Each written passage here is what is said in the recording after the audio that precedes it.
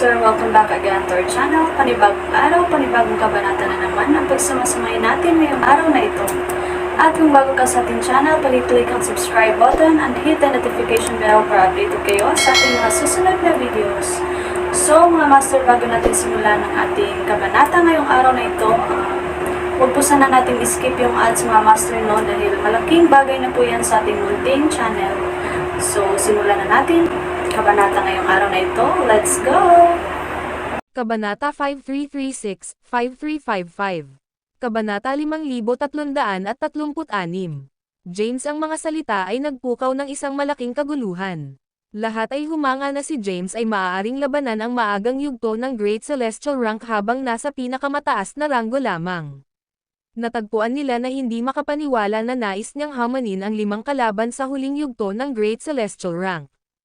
Ang isang interrango na labanan na may napakaraming pagkakaiba ay hindi pa nangyari sa kasaysayan ng madilim na daigdig. Mangyaring isipin muli ito, binata. Hindi ito paglalaro ng bata. Hindi ka maaaring mag-ingat.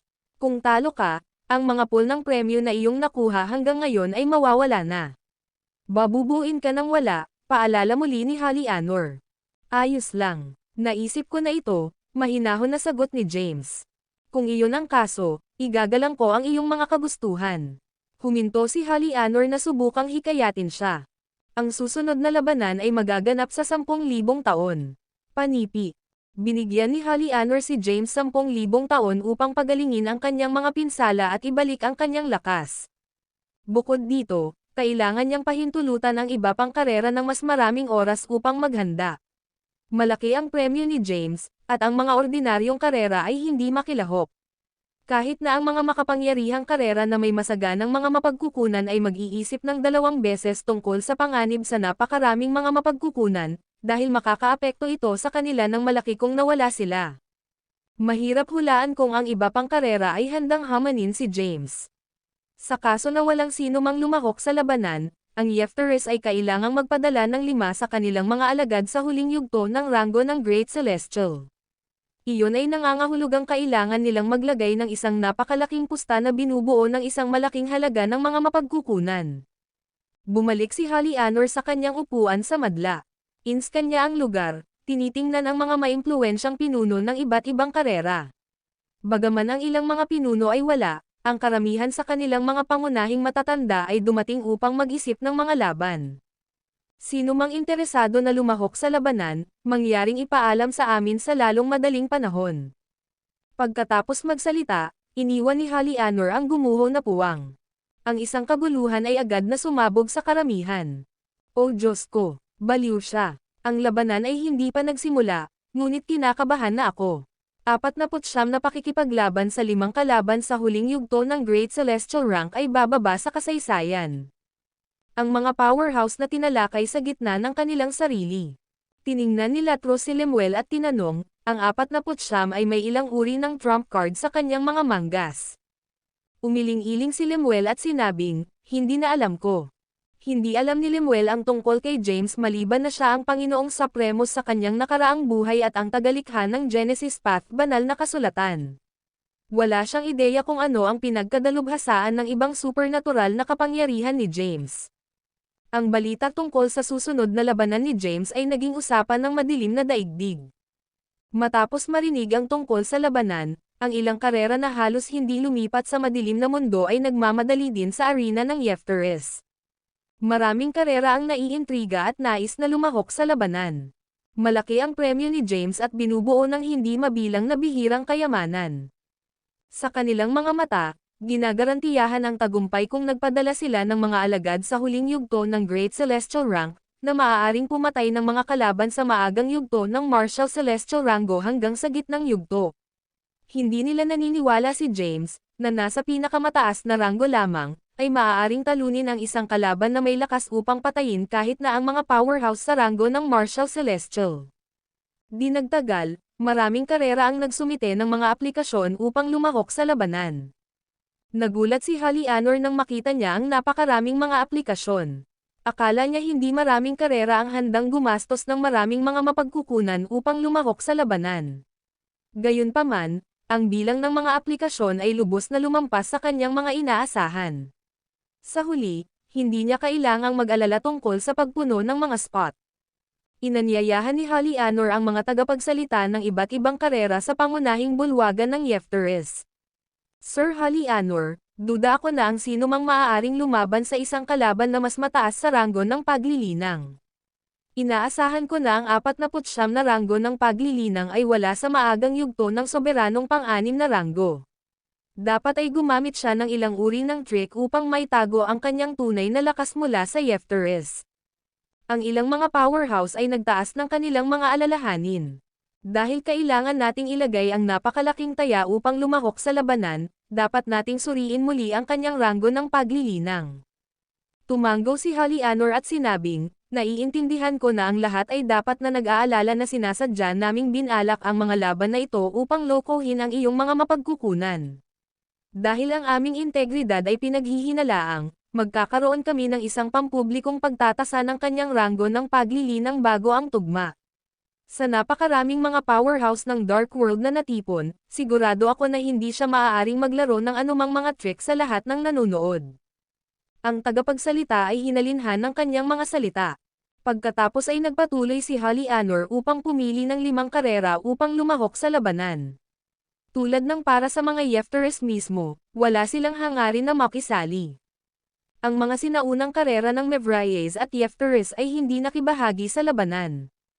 Ang Zoltrams at Suonteles, na nawalan ng maraming mapagkukunan sa nakaraang labanan, ay hindi nasisiyahan. Sa makatuwid, lumahok ulit sila. Hindi nila ganap na mabawi ang kanilang nawala dahil mayroong 5 mga mapaghamon sa oras na ito, ngunit nasiyahan silang nanalo ng isang bahagi nito. Ang video na ito ay edited by Herban Storytelling. Kabanata 5337. Besides ang Zoltrams at Suonteles, ang iba pang 3 mga kalahok ay mula sa Flamma, Shamanite, at Windelos race. Ang Zoltrams at Suonteles ay mula sa 4 na sinaunang karera. Samantala, ang mga Flammas, Shamanite, at Windeloses ay malakas na karera sa madilim na mundo. Matapos na pagpasyahan ang mga mapaghamon para sa labanan, ang susunod na pagtatasa ng ranggo ng James ay susunod. Hindi tumanggi si James at pinayagan ang Yefteris na may segowa ang pagtatasa. Sa hindi mabilang na mga powerhouse ng Dark World bilang mga saksi, sinuri ng mga Yefteris ang ranggo ng paglilinang ni James. Matapos ma-verify na si James ay nasa maagang yugto ng soberanong pang-anim na ranggo, ang mga karera na lumalahok sa paparating na labanan ay nalulugod. Swoosh! Ang 5 kalahok ay pumasok sa arena. Ang lahat ng mga ito ay mga powerhouse sa huling yugto ng Great Celestial Rank, na may lakas na katumbas ng Martial Celestial Ranggo at maaaring pumatay ng mga kalaban sa mas mataas na ranggo ng paglilinang kaysa sa kanilang sarili. Ang bawat kalahok na lahi ay kumuha ng mga mapagkukunan ng 3 beses ang halaga ng premium pool ni James. Bumagsak ang mga manunood matapos makita ang napakaraming mga mapagkukunan. Kahit na ang mga pangunahing karera ay hindi makukuha ang dami ng mga mapagkukunan sa kasalukuyang premyo pool. Kung mananalo si James, lalakad siya palayo ng mga mapagkukunan na may hahambing sa hindi bababa sa isa sa mga sinaunang 4 na karera. Gaano katagal sa palagay mo ang 49 ay tatagal laban sa 5 kalaban? Sigurado ako na magtatagal siya. Inaasahan ng mga manunood ang labanan. Samantala, tinitigan ni Latros at Lemuel ang arena. Si James ay may nakaka-relax na ekspresyon kahit na napapaligiran siya ng 5 kalaban. Sa kabila ng kanyang kalmadong hitsura, lihim siyang nababahala sa laban. Alam niya na ang mga pangunahing karera na ito ay hindi magpapadala ng mga ordinaryong alagad upang labanan siya. Ang lahat ng mga ito ay kailangang maging mga peerless powerhouse na may kakayahang maki-interrank. Siya ay praktikal na umakyat laban sa 5 mga powerhouse sa maagang o gitnang yugto ng Martial Celestial Ranggo. Alam ni James na hindi niya kayang hayaang mag-drag ang labanan at kailangang tapusin ito sa lalong madaling panahon. Anuman ang kanyang mga supernatural na kapangyarihan, imposible para sa kanya na itaas ang kanyang lakas sa Martial Celestial Ranggo. Mawawala siya kung ang labanan ay pinalawak ng masyadong mahaba. Agad na inihagis ni James ang ilan sa kanyang mga supernatural na kapangyarihan upang mapahusay ang kanyang lakas. Magsimula, ang boses ng referee ay lumusot, opisyal na sinipa ang pinakahihintay na labanan. Natutuwa ang napanood na mga manunood. Hindi ko nais na mapang-api ka, kaya hahayaan kitang gawin ang unang paglipat. Ang isa sa mga tinig ng mapaghamon ay sumigaw sa arena. Sa kasong iyon, hindi ako mapipigilan. Agad na tinawag ni James ang kanyang nakaraan at hinaharap na mga form. 2 oras na hindi kabilang sa kasalukuyang panahon ay lumitaw at sumisid sa arena. Anong uri ng supernatural na kapangyarihan iyon? Ito ba ay isang kasanayan sa pag-clone? Maaari akong makaramdam ng kakaibang auras. Ako rin. Parang kapangyarihan mula sa nakaraan. Talaga, nararamdaman ko ang kapangyarihan mula sa hinaharap. Kaya't mayroon siyang ibang bagay sa kanyang manggas. Nakakakita ng mga nakaraan at hinaharap na porma ni James, nabighani ang mga madla. Ang video na ito ay edited by Urban Storytelling. Kabanata 5338. James nakaraan at hinaharap na mga form ay lumitaw sa arena. Ang sining ng Trescentia Compliter ay isang supernatural na kapangyarihan na nilikha niya sa kanyang kasalukuyang buhay.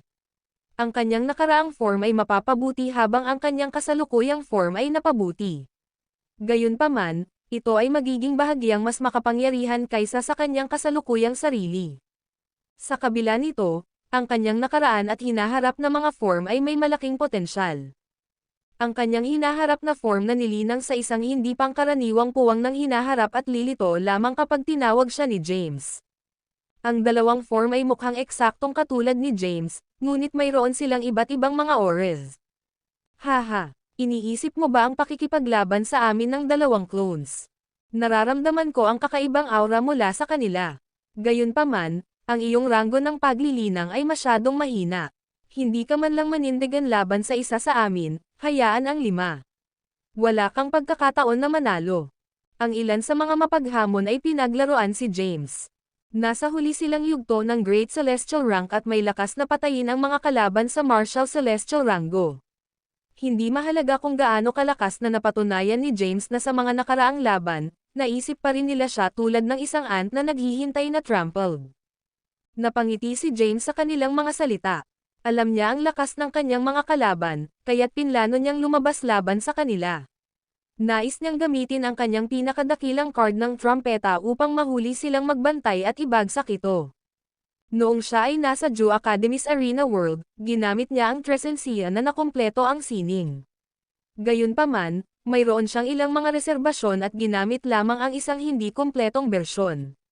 Bumalik noon, maraming mga inskripsyon na hindi niya naglakas loob na isama sa kanyang porma sayon dahil sa takot na mailantad. Gayunpaman, ang mga pangyayari ay naiiba sa madilim na mundo. Maaari niyang gamitin ang lahat ng mga inskripsyon na kanyang pinagkadalubhasaan, kasama na ang inskripsyon ng Genesis at ang mga primitive na inskripsyon na nakuha niya mula sa mga pagkasira ng lahi ng Glacium. Maaari pa niyang isama ang sumpa ng yelo sa kanyang porma sayon kung kinakailangan. Tiningnan ni James ang mga powerhouse sa paligid niya at nagtanong ng nakangiting, paano natin tapusin ito sa isang paglipat?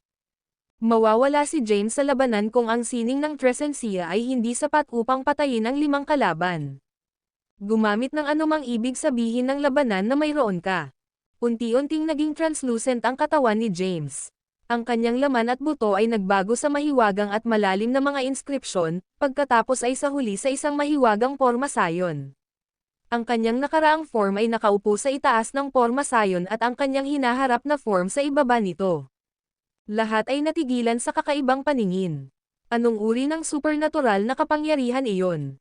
Hindi pa ako nakakita o nakarinig ng ganoong bagay dati. Nararamdaman ko ang mga primitive na inskripsyon mula sa lahi ng Glacium. Mayroon ding mga inskripsyon ng Genesis mula sa mga eroplano sa labas ng madilim na mundo. Marami sa mga kapangyarihan ang nalitaw sa pagbuo. Gayunpaman, may ilang mga maaaring makaramdam ng mga inskripsyon na nakapaloob sa loob nito.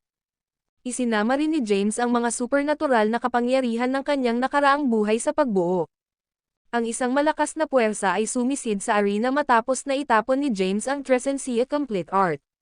Kahit na ang 5 mga mapaghamon sa maagang yugto ng Great Celestial Rank sa arena ay hindi makakatulong ngunit maging maingat. Bago magreaksyon ang 5 mga mapaghamon, sila ay nakapaloob sa pagbuo. Kaagad pagkatapos, sampain ang kapangyarihan na kumalat at hangina ang kanilang mga lakas. Bagaman hindi gaanong mahalaga ang epekto, Nakinabang pa rin ito kay James. Di nagtagal, lumitaw ang isang spatial pressure sa pagbuo. Pagkatapos, ang mga pagdurusa sa langit, pagbuo ng Tayback, at hindi mabilang na mga supernatural na kapangyarihan ay nagsimulang atakehin ang mga mapaghamong sa loob ng Pormasayon. Ang 5 mga mapaghamon ay hindi maaaring yumapekto ng mabilis at nasugatan ng paisa-isa. Bigla, nawala ang pagbuo, at muling lumitaw si James sa paningin. Ang video na ito ay edited by Urban Storytelling.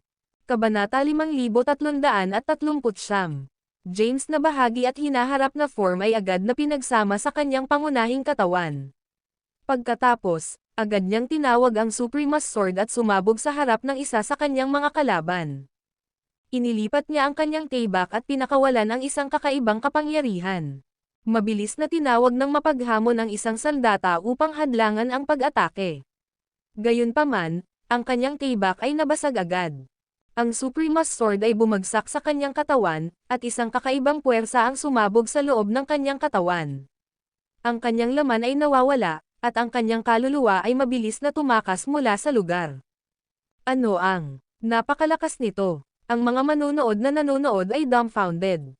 Natuwa si James sa kanyang lakas matapos pagsamahin ang kanyang nakaraan, kasalukuyan, at hinaharap na mga form. Ang kapangyarihan ng Tresensiel kumpletuhin ay kasiya siya. Ang katawan ng unang mapaghamon ay nawasak, at hindi na siya makikipaglaban. Ang iba pang 4 na mga mapaghamon ay mabilis na yumapekto at naghanda upang makontra. Gayunpaman, ang pagbuo ay biglang nag-remerged at tinatakan ang mga ito. Agad nilang hinimok ang kanilang lakas na masira ang Pormasayon ngunit hindi na mapakinabangan.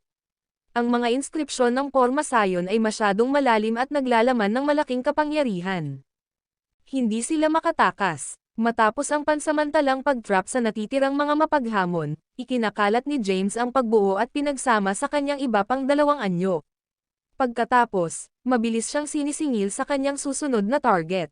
Ang naka-target na powerhouse ay mabilis na gumanti ngunit hindi pa rin maaaring yumigtad sa oras. Ang kanyang katawan ay tinusok ng Supremus Sword at nawasak ng sining ng Tresensia Comprehened. Nagsimula na lamang ang labanan, ngunit nawasak na ni James ang mga katawan ng 2 kalaban at kahit na malubhang nasugatan ang kanilang mga kaluluwa. Lahat ay nagulat sa eksena. Mula sa simula, walang inaasahan na manalo si James. Sa sorpresa ng lahat, gumamit si James ng isang pambihirang kasanayan upang sirain ang 2 sa kanyang mga kalaban sa loob lamang ng maikling sandali. Bigla, lumitaw muli ang pagbuo. Sa oras na ito, ang nakaraan at hinaharap na mga form ay inilunsad sa aksyon, na umaatake sa natitirang 3 mga mapaghamon. Ang 3 mga powerhouse ay hindi maaaring gumalaw ng malaya habang sila ay nakulong sa loob ng Pormasayon. Kasabay nito, ang nakaraan at hinaharap na mga porma ni James ay patuloy na umaatake. Samantala, patuloy na naghahanap si James ng mga pagkakataon na hampasin. Di nagtagal, nakita niya ang isang pagbubukas at inihagis ang sining ng Tresensia Comprehened. Ang kanyang nakaraan, kasalukuyan, at hinaharap na form ay pinagsama at sinira ang isa pa sa kanyang mga kalaban. Tinanggal ni James ang 3 kalaban, at 2 pa ang nanatili. Nasugatan na ng Pormasayon ang huling 2 kalaban. Ang pagbuo ni James ay napakalakas, at kahit na mabibigat na mga powerhouse sa huling yugto ng Great Celestial Rank ay hindi makatakas. Ang 2 natitirang mga kalaban ay nagpupumilit upang labanan ang pagbuo, alam ang kanilang mga katawan ay hindi magtatagal. Swoosh! Nawala muli ang pagbuo, at isang ilaw ng Tayback na tinusok sa kalangitan. Ang isa sa mga kalaban ay hindi maaaring yumapekto ng mabilis, at ang kanyang katawan ay sinaktan. Ang kapangyarihan ng Tresensiel kumpletong sining ay sumabog sa kanyang katawan at sinira ang kanyang laman, iniwan ang kanyang mahina na kaluluwa upang tumakas sa eksena. Ngayon, si James ay nasa isang kalaban lamang. Hinawakan ni James ang Supremus Sword at kumilos. Ang huling kalaban ay mabilis na nagpatawag ng isang nakasisilaw na puting protection na hadlang sa paligid ng kanyang katawan. Boom! Sa kasamaang palad, ang kanyang protection na hadlang ay hindi sapat na malakas upang mapaglabanan ang Tresensia kumpletong sining at Supremus Sword. Ang kanyang protection na hadlang at ang Supremus Sword ay tinusok sa katawan na ito.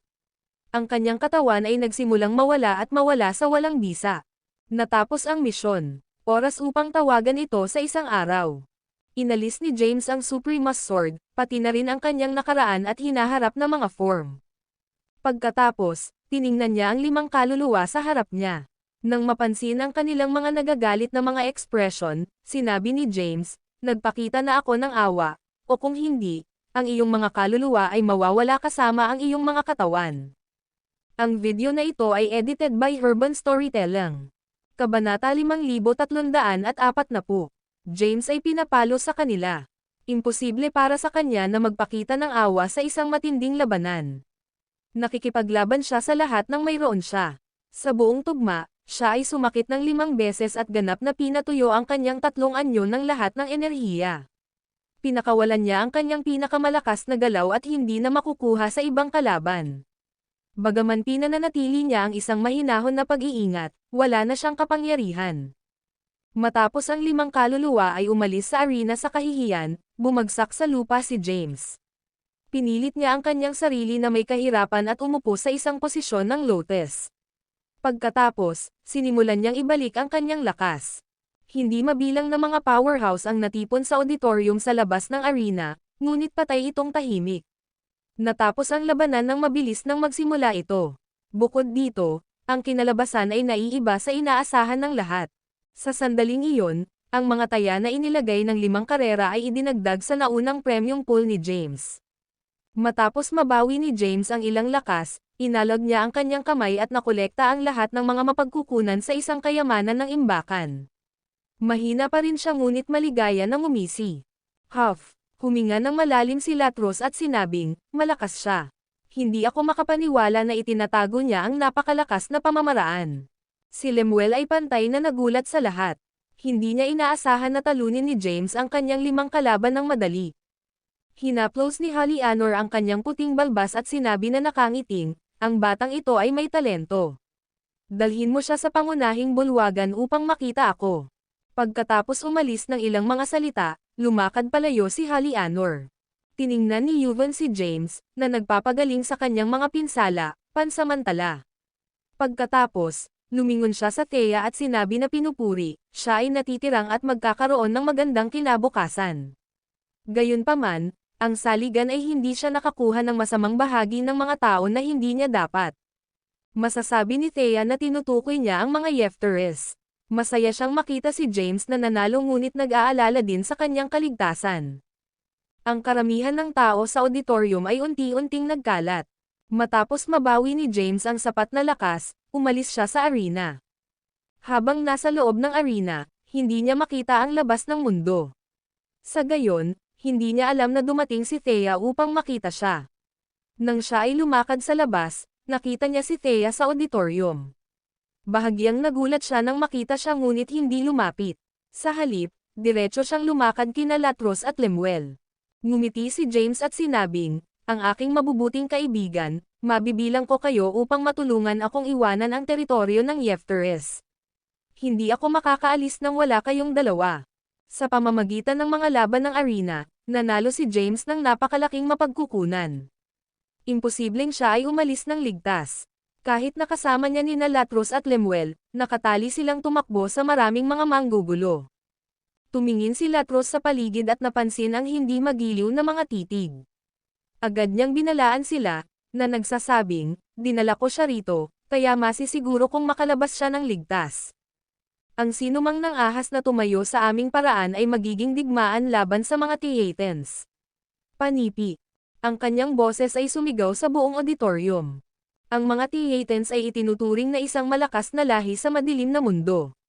Kaya, ang mga salita ni Latros ay may timbang. Hayaan. Tumingin si Yuvan kay Thea. Tumayo si Thea, nagsumite ng pangwakas na sulyap kay James, pagkatapos ay naiwan kasama si Yuvan. Sina James, Latros, at Lemuel ay magkasama. Si Clotilda, ang taong namamahala sa lugar, ay lumakad ng may magandang ngiti. Pagkatapos, sinabi niya, binabati kita, Ginoo. Matapos ang labanan na ito, ang iyong pangalan ay magiging isang pangalan ng sambahayan sa madilim na mundo. Ang mga mapagkukunan na iyong nakuha ay sapat na upang makabuo ng isang malakas na puwersa sa madilim na mundo. Madaling ngumiti si James bilang tugon. Nagpatuloy si Clotilda, na nagsasabing, nais ng aming dakilang nakatatanda na makita ka. Dadalhin kita sa aming pangunahing bulwagan. Gusto niya akong makita. Sumimangot si James. Mabilis na ipinapaalala sa kanya ni Lemuel, marahil ay wala siyang mabuting hangarin. Pinayuhan din siya ni Latros, na nagsasabing, kung ayaw mo siyang makita, huwag. Duda ako na susubukan ng Yefteris ang anumang nakakatawa sa kanilang sariling teritoryo. Ang video na ito ay edited by Urban Storytelling. Kabanata 5341. Hindi kita, bakit hindi ako? Ngumisi si James, pagkatapos ay lumingon kay Clotilda at sumagot, humantong sa daan. Sundan mo ako. Naglakad na si Clotilda. Sumunod si James sa likuran niya at hindi nagtagal ay nakarating sa pangunahing bundok ng Yefteris. Pagkatapos, pinasok niya ang kanilang pangunahing bulwagan, kung saan nagtipon na ang isang pulutong. Bukod sa ilang mga matatanda ng Yefteris, Yuvan, at Thea ay naroroon din. Inscan ni James ang mga powerhouse sa bulwagan, pagkatapos ay sa wakas ay nagpahinga ang kanyang tingin sa Halianor. Hinawakan niya ang kanyang mga kamay at magalang na sinabi, 49 ang dumating upang makita ka, Sir Halianor. Si Halianor ay kumalas sa kanyang kamay at sinabing, hindi na kailangan para sa mga formalidad. Mahinahon na tanong ni James, mayroon bang dahilan na tinawag mo ako? Hinaplos ni Halianor ang kanyang puting balbas at sinabi habang nakangiti, ikaw ay isang may talento na magsasaka. Alam kong ikaw ay mula sa gitnang eroplano sa labas ng madilim na mundo at kakulangan ng suporta. Ang aming lahi ay handang dalhin ka at sanayin ka. Kung sasali ka sa amin, matututunan mo ang pinakamahusay na mga kasanayan na umiiral. Nahulaan na ni James ang dahilan na nais ni Halianor na makita siya. Sa kasamaang palad, wala siyang hangarin na sumali sa Yefteris. Tumugon siya ng walang pasubali, anay na ako sa ligaw. Ayaw kong limitahan ng mga patakaran, kaya wala akong balak na sumali sa anumang puwersa. Binata, hinihiling ko sa iyo na isipin muli. Kami ang mga pinuno ng 4 na sinaunang karera. Ang pagsali sa amin ay gagarantyahan ng mabilis na paglaki, hinikayat siya ni Halianor. Inisip ito ni James para sa isang habang, pagkatapos ay nagpatong sa kanyang mga mata kay Thea. Sinabi niya na nakangiting, narinig ko ang Thea mula sa mga Mevriers ay magpakasal sa Yefteris, di ba? Dapat siya ay Thea Mabins, di ba? Tama iyon. Tumanggaw si Halianor. Sinabi ni James, maaari kong isaalang-alang ang pagsali sa mga Yefteris kung hayaan mo akong pakasalan si Thea. Dahan-daang bumagsak ang labi niya. Nagdilim ang mukha ni Halianor, at sinabi niya, imposible. Ang Thea ay may isang nakakagulat na katawan at lubos na makakatulong sa aming Grand Priest. Maaari kang magsabi ng isa pang kahilingan. Samang-ayon ako sa anumang bagay maliban sa isang ito. Kung gayon wala nang talakayin. Panipi, inalis ni James ang kanyang mga manggas at lumingon upang umalis sa ilalim ng hindi mabilang na mga titig. Si Halianor ay clenched ang kanyang mga kamao, na nagiging sanhi ng pagumbok ng mga ugat. Mula noong sinaunang panahon, walang nangahas na sumuwi sa mga Yefteris. Si James ang unang pagbubukod. Sa sandaling iyon, isang nakamamatay na hangarin ang tumaas sa puso ng Halianor. Gayunpaman, hindi siya gumawa ng isang paglipat. Matapos umalis si James sa bulwagan, pinahinga niya ang kanyang mga clenched fists. Iyon lang. Ang lahat ay tinanggal. Si Halianor ay kumalas sa kanyang kamay, tumayo, at umalis. Si James, sa kabilang banda, ay naglalakad na kinakabahan. Nag-aalala siya na susubukan ni Yefteris na patayin siya. Matapos sa wakas umalis sa pangunahing bulwagan, nagbuntong hininga siya. Dahil hindi mo ako pinatay, sa susunod na pumunta ako rito, pupunta ako upang maaga si Thea pabalik. Tumalikod si James at tumingin sa bulwagan, nakikipagpulong sa mga mata ni Thea. Inilipat niya ang kanyang tingin sa plaka sa harap ng pangunahing bulwagan ng Yefteris. Ang Yefteris, sinaising ni James, pagkatapos ay iniwan ang pangunahing bundok ng Yefteris. Nagpakita siya sa labas ng espiritual na bundok ng Yefteris at muling nakasama sa kanyang mga kasama. Si Latros at Lemuel ay hinalinhan upang makita ng ligtas si James. Ang video na ito ay edited by Urban Storytelling. Kabanata 5342. Latros at Lemuel ay hindi kapani-paniwalang nag-aalala tungkol kay James na pupunta sa pangunahing bulwagan ng Yefteres. Sa wakas sila ay madali matapos makita siyang ligtas na naglalakad palabas ng espiritual na bundok. Hayaan. Tumalikod si Latros at umalis nang walang pag-aalangan. Mabilis na iniwan ng trio ang teritoryo ng Yefteres. Maraming mga powerhouse na lihim na tumatakbo sa amin. Ang ekspresyon ni Latros ay medyo solemn. Tinanong ni Lemuel, anong uri ng mga nilalang ang sumusunod sa amin? Si Latros ay umiling-iling ng marahan at sumagot, hindi ko pa masasabi. 49 ang nanalo ng maraming kayamanan mula sa arena ng Yefteres. Naturally, maraming mga puwersa at powerhouse ang nakatingin sa kanila. Natatakot ako kahit na hindi ko magagawang matiyak ang kanyang kaligtasan. Si Latros ay nasa gitnang yugto ng Holy Celestial Rank. Siya ay malakas at may kakilakilabot na kapangyarihan. Gayunpaman, ang mga kayamanan ni James ay masyadong pambihirang, at maging ang mga powerhouse sa huling yugto ng Holy Celestial Rank ay tinukso. Ang grupo ay hindi nagtagal sa lugar ng matagal at mabilis na umalis. Di nagtagal, malayo sila sa teritoryo ng Yefteres. Biglang huminto si Latros sa kanyang mga truck, umikot, at sinabi, matagal mo kaming sinusunod. Ipakita ang iyong sarili. Si Lemuel ay hindi makakatulong ngunit maging kinakabahan. Ang kanyang lakas ay walang kapantay sa iba't ibang mga eroplano ngunit walang kahanga-hanga sa madilim na mundo. Hehe, isang nakapangangilabot na pagtawa ang tumitig sa kadiliman. Pagkatapos, lumitaw ang isang tao sa isang itim na balabal at maskara. Sa likuran niya ay maraming mga tagasunod ang nagbihis ng katulad niya. Sumimangot si Latros sa paningin. Tinanong ni Lemuel, ano ang mali? Ito ang Shadowverse, sabi ni Latros. Tanong ni James, Shadowverse.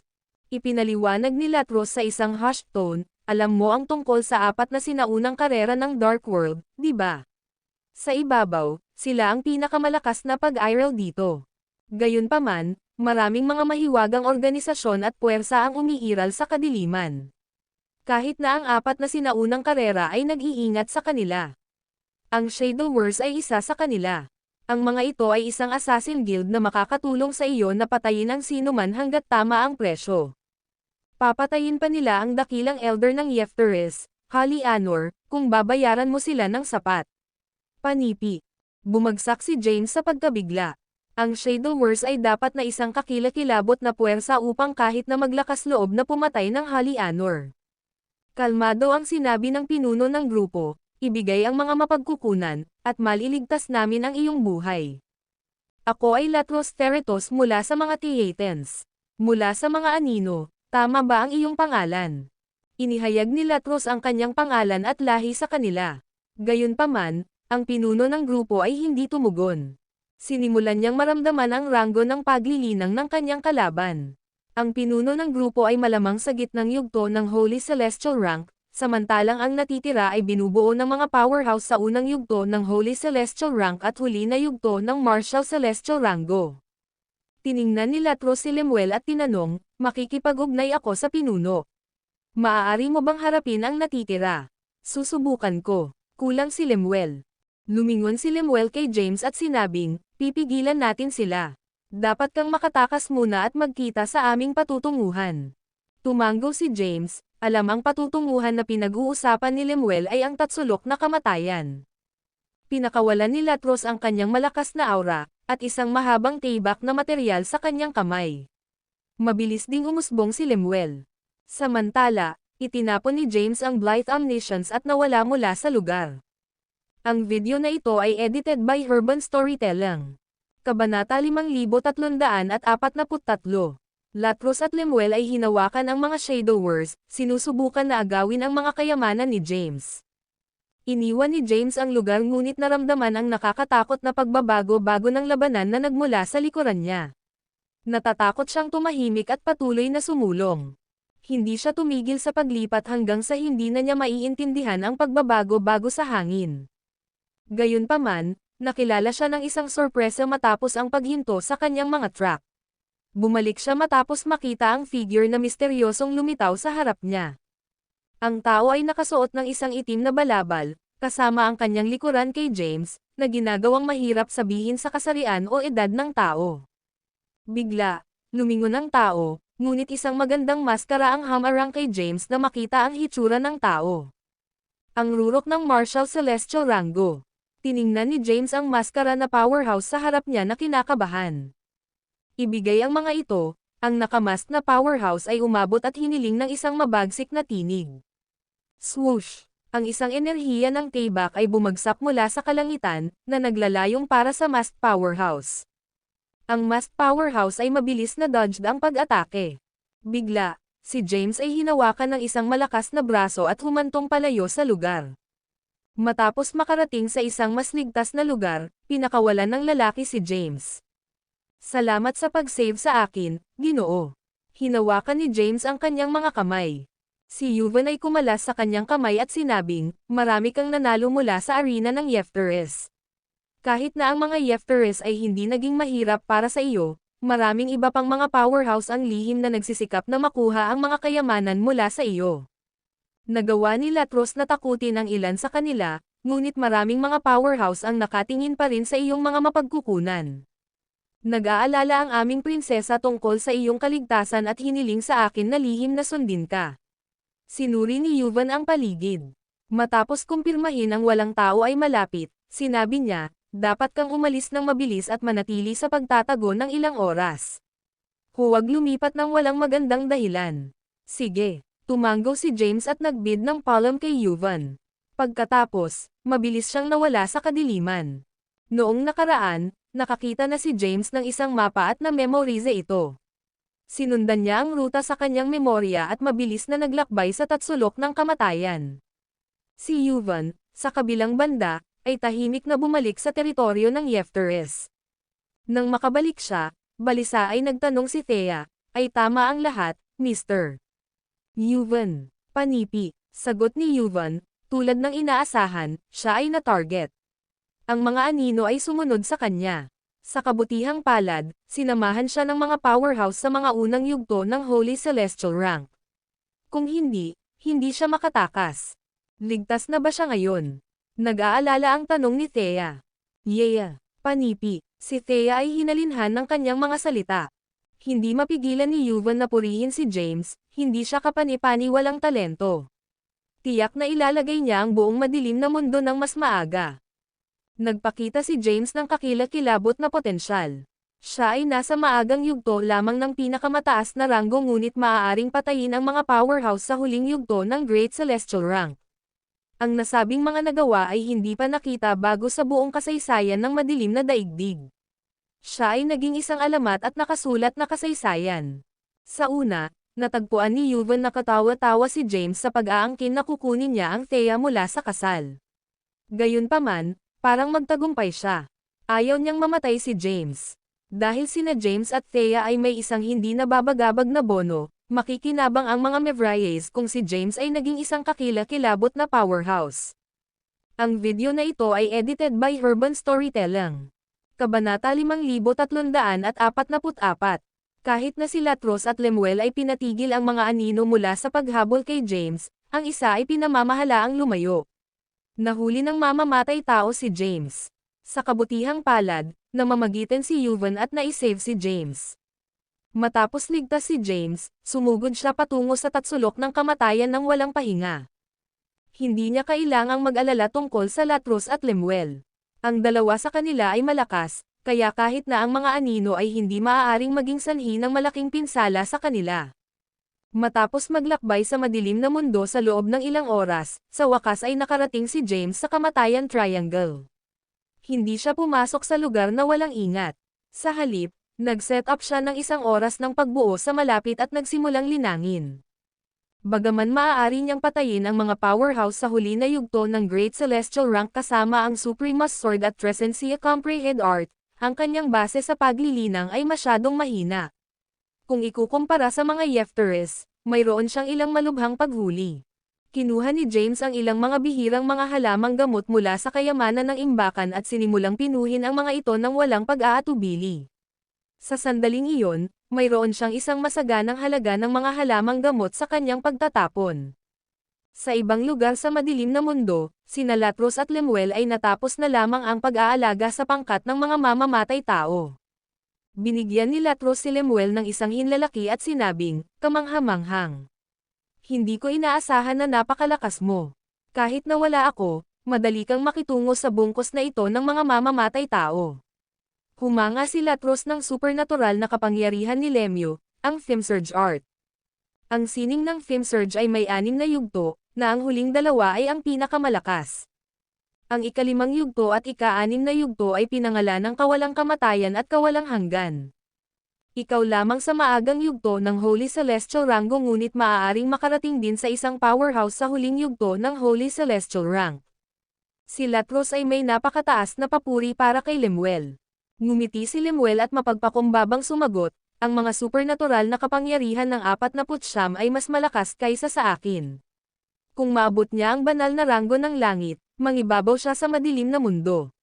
Sa ngayon, ang aking lakas ay katumbas lamang ng huli na yugto ng Holy Celestial Rank. Sige, sapat na chit-chat. Dapat tayong pumunta, sabi ni Latros.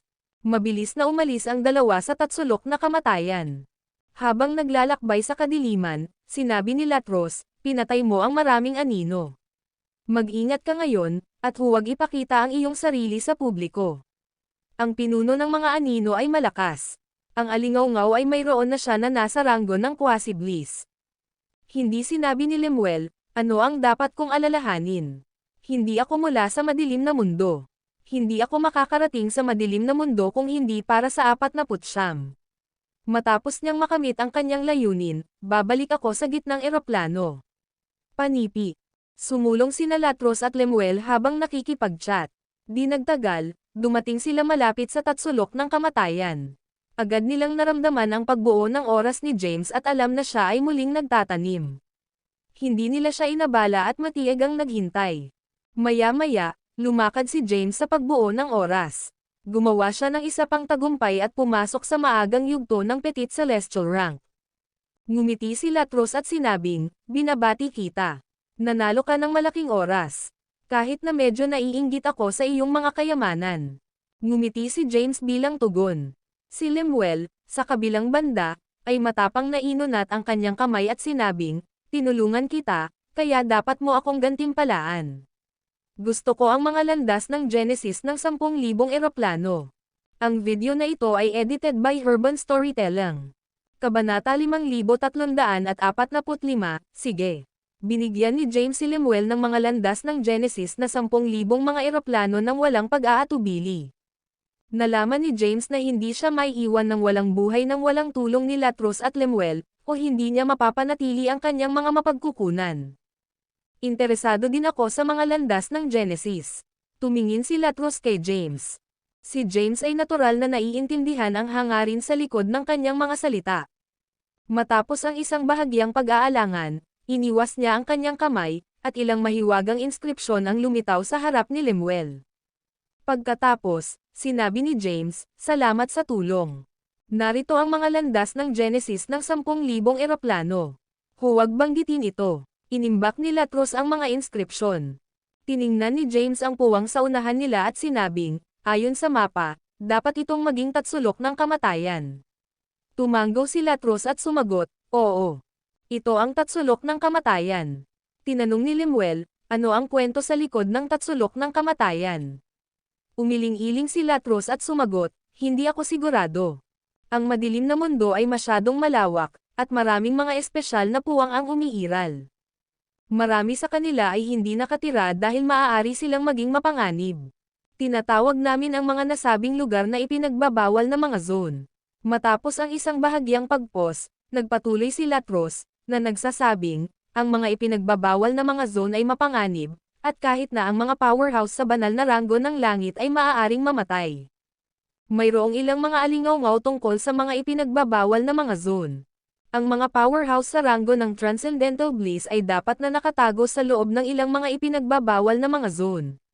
Iniiwasan sila ni Latros tungkol sa mga ipinagbabawal na mga zone ng Dark World. Gayunpaman, hindi niya masabi sa kanila ang tungkol sa tatsulok na kamatayan dahil walang mga tala sa mga sinaunang libro. Sinabi ni Lemuel, tumingin tayo. Bagaman ito ay isang ipinagbabawal na lugar, maaaring hindi ito mapanganib. Kahit na nakatagpo tayo ng panganib, dapat nating malutas ito. Tumanggaw si Latros bilang tugon. Pagkatapos, nanguna siya at lumapit sa tatsulok na kamatayan. Sumunod si James sa kanya, samantalang si Lemuel ay lumakad sa likuran. Naglakad sila sa kadiliman at hindi nagtagal ay pumasok sa tatsulok na kamatayan. Ang isang malakas, mapang-api na puwersa ay agad na pinindot sa kanila. Sa kabutihang palad, si Lemuel ay nag-set up ng isang protection na hadlang sa kanilang paligid. Kung hindi man, hindi makatiis ni James ang puwersa ng tatsulok na kamatayan. Sinabi ni Latros, ang spatial pressure dito ay makapangyarihan. Ang sinumang nasa ilalim ng banal na ranggo ng Celestial ay hindi makakapasok sa lugar na ito. Tumingin si Lemuel at sinabing, may hadlang. Tumanggaw si Latros at ipinaliwanag, oo. Ang prinsesa ng Glacis ay selyadong sa tatsulok ng kamatayan, kaya nagtayo sila ng isang hadlang upang maprotektahan siya mula sa panganib. Tiningnan ni Lemuel si James at tinanong, pinagkadalubhasaan mo ang mga primitive na inskripsyon ng Glacium race, di ba? Maaari mo bang masira ang hadlang?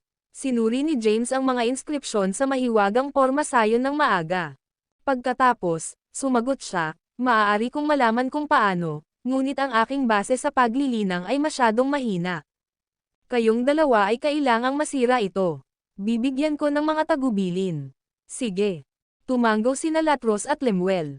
Sinimulan ni James na ipaliwanag kung paano masira ang hadlang. Kasama sina Latros at Lemuel na kumikilos, madali silang sumire sa hadlang. Gayunpaman, ang hadlang ng triangle ng kamatayan ay maraming mga layer.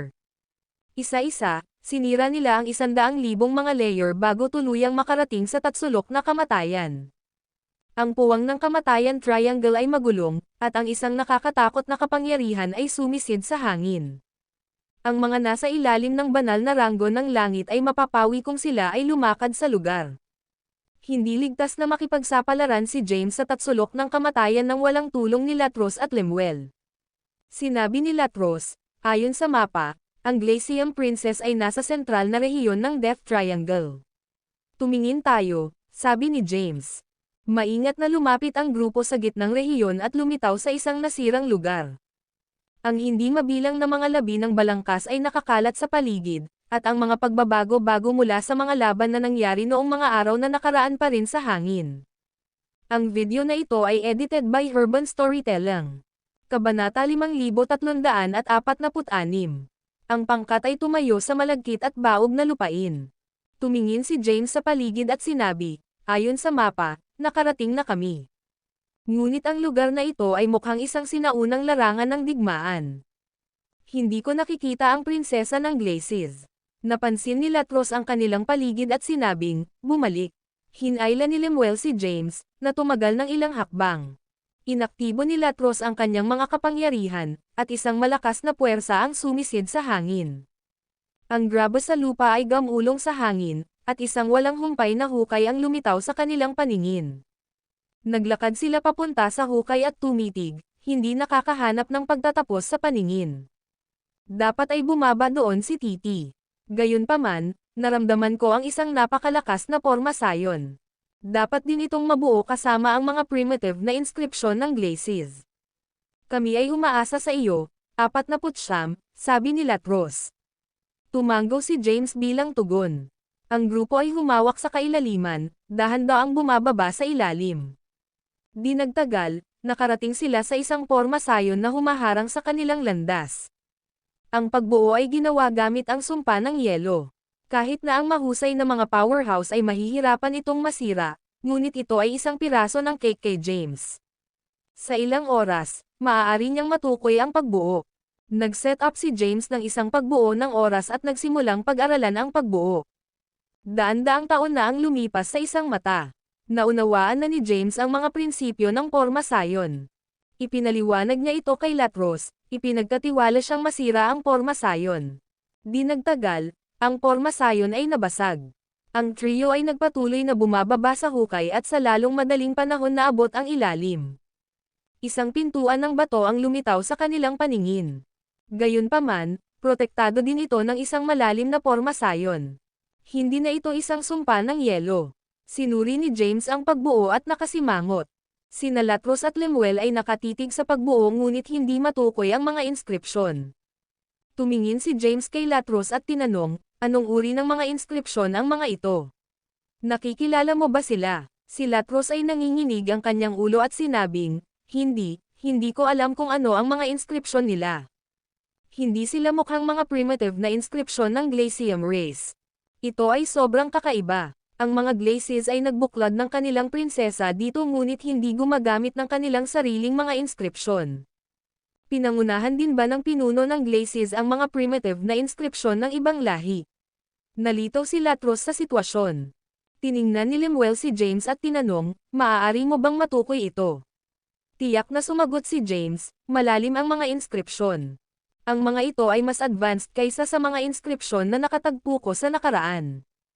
Hindi ko sila maintindihan. Ang pag-aaral at pag-unawa sa kanila ay magtatagal sa akin. Pinangasiwaan ni Latros ang kanyang noo, na nagsasabing, ito ay isang sakit ng ulo. Akala ko ang pagkuha ng Ice Sword ay magiging madali. Hindi ko inaasahan na komplikado ito. Swoosh! Sa sandaling iyon, isang figure ang lumipas sa kanila. Mabilis na umikot sina Latros at Lemuel ngunit wala nang nakitang nasa likuran nila. Tinanong ni James, ano ang mali? Ito ay pakiramdam ng isang kakaibang aura. Sumimangot si Lemuel. Inilabas ni Latros ang kanyang zen sa nakapalibot na lugar ngunit wala nang nakitang hindi pangkaraniwan.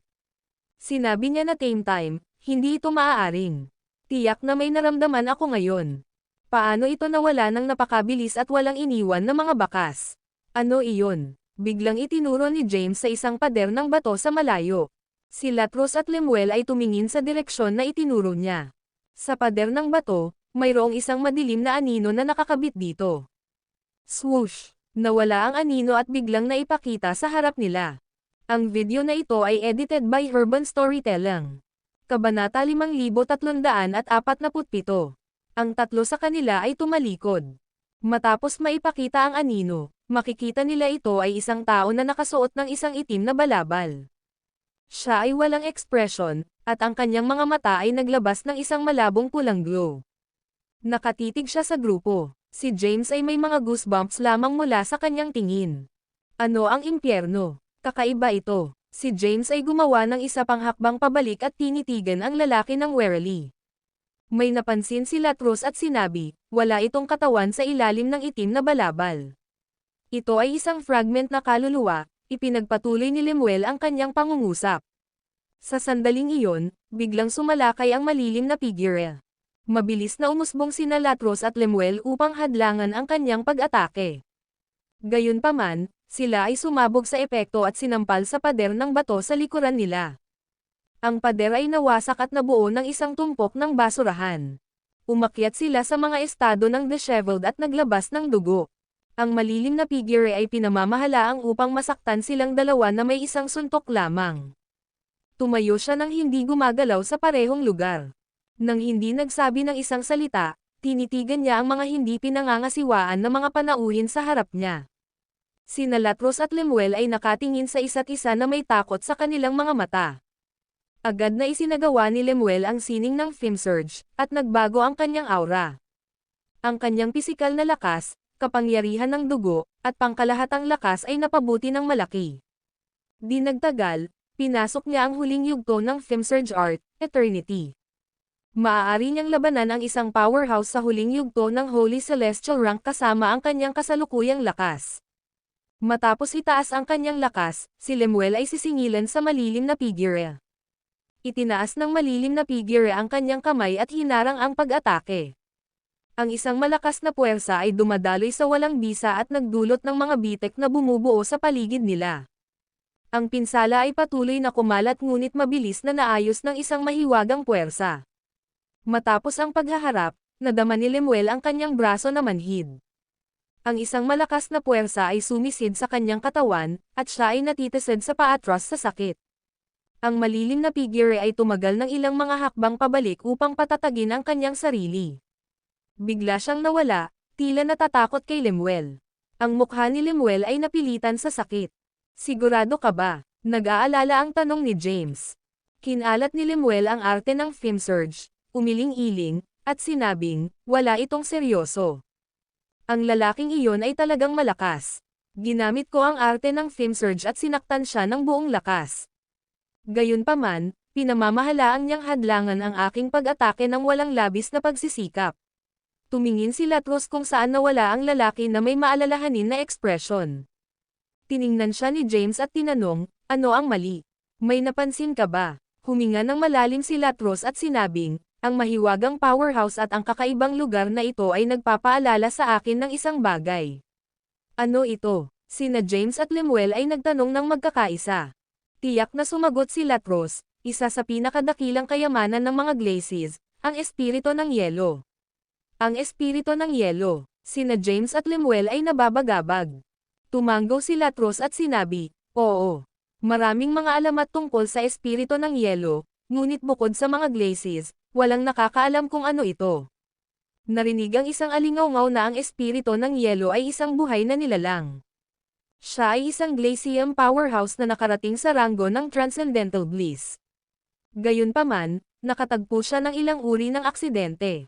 Pagkatapos nito, ang kanyang isip ay tila nasira, at siya ay naging tulad ng isang bangkay sa paglalakad. Kalaunan, hindi na siya itinuturing na isang buhay na nilalang, ngunit isang tool. Hindi mabilang na mga kwento tungkol sa espiritu ng yelo ay nagpapalipat-lipat sa loob ng mahabang panahon. Gayunpaman, ito ay isang misteryo. Matapos makita ang malakas ngunit fragment na kaluluwa na walang katawan, biglang naisip ni Latros ang tungkol sa isa sa mga pinakadakilang kayamanan ng mga Glacies, ang espiritu ng yelo. Sina James at Lemuel ay tumingin sa bawat isa na may hindi kapani-paniwalang mga ekspresyon. Naging ganyan siya nang lumakad siya sa ranggo ng Transcendental Bliss matapos ang isang aksidente. Ang video na ito ay edited by Urban Storytelling. Kabanata 5348. James at Lemuel ay hindi makapaniwala na ang isang kayamanan na naipasa sa mga Glacies ay isang powerhouse na naging isang bangkay. Ito ay isang haka-haka lamang sa akin. Hindi pa ako sigurado, paliwanag ni Latros. Tinanong ni Lemuel, ano ang dapat nating gawin ngayon? Sinusubukan ng taong iyon na pigilan tayo na pumasok sa gate ng bato. Kung hindi tayo aalis, tiyak na babalik siya muli. Nawala din si Latros. Matapos mag-isip ng ilang sandali, sinabi niya, huwag pansinin siya. 49, tumuon sa pag-unawa sa mga inskripsyon dito. Kung ang taong iyon ay ang espiritu ng yelo at babalik sa pag-atake sa amin, pagkatapos ay sasali kami ni Lemuel na puwersa upang mapupuksa siya. Alam ni Latros na ang mahiwagang powerhouse ay nakakatakot na malakas at maaaring durugan siya at si Lemuel. Gayunpaman, kulang siya ng isang katawan at tila hindi marunong. Kahit na mayroon siyang ilang uri ng kamalayan, hindi kumpleto ito. Siya ay isang pagiging may napakababang katalinuhan. Sa gayon, napagpasyahan ni Latros na maaari nilang sirain siya kung sumali sila sa puwersa. Sige, mabilis na nakaupo si James sa isang posisyon ng lotus at mag-set up ng isang pagbuo ng oras ng walang pag-aalangan. Pinlano niyang ganap na matukoy ang mga inskripsyon. Kasabay nito, maaari niyang linangin at pagbutihin ang kanyang ranggo hanggat maaari. Kinuha ni James ang ilang mga halamang gamot at sinimulang pinuhin ang mga ito. Kasabay nito, pinag-aralan niya ang mga inskripsyon na naitala sa pintuan ng bato.